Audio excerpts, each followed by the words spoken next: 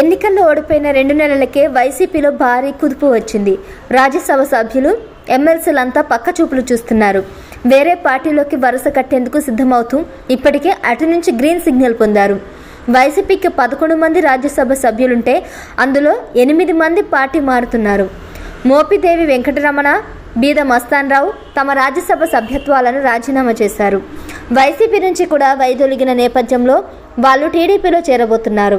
తనకు ఎమ్మెల్సీ కావాలని మోపిదేవి అడగ్గా అందుకు చంద్రబాబు గ్రీన్ సిగ్నల్ ఇచ్చినట్లుగా చెప్తున్నారు. బీద మస్తాన్ రావును మరో రకంగా అకామిడేట్ చేస్తారా లేక రాజ్యసభ సభ్యత్వం ఇస్తారా అన్నది చూడాలి.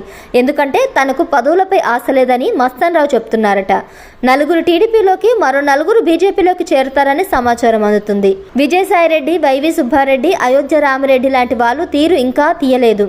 తాను వైసీపీని వదిలే ప్రసక్తి లేదని విజయసాయిరెడ్డి ప్రకటించారు.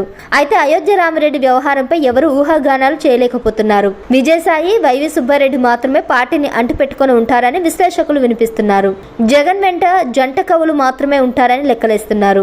గతంలో టీడీపీ ఓడిపోయినప్పుడు 3 రాజ్యసభ సభ్యులు బీజేపీలో చేరారు.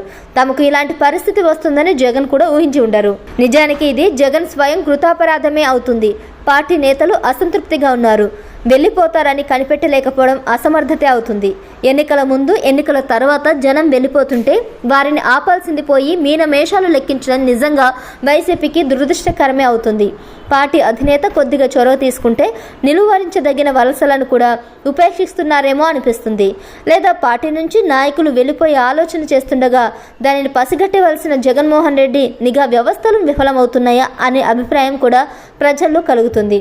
అయితే ఇలా ఫిరాయించదలుచుకున్న వారిని ముందుగానే గుర్తించి వారితో అధినేత మాట్లాడి వారిలో ఏమైనా అసంతృప్తులు ఉంటే చక్కదిద్దుకోవచ్చు కదా అనే అభిప్రాయం పార్టీ శ్రేణులు, కార్యకర్తల్లో వ్యక్తమవుతుంది. అలాంటి ప్రయత్నం జరగకపోవడం అనేది పార్టీకి నష్టదాయకం కదా అని పలువురు వ్యాఖ్యానిస్తున్నారు.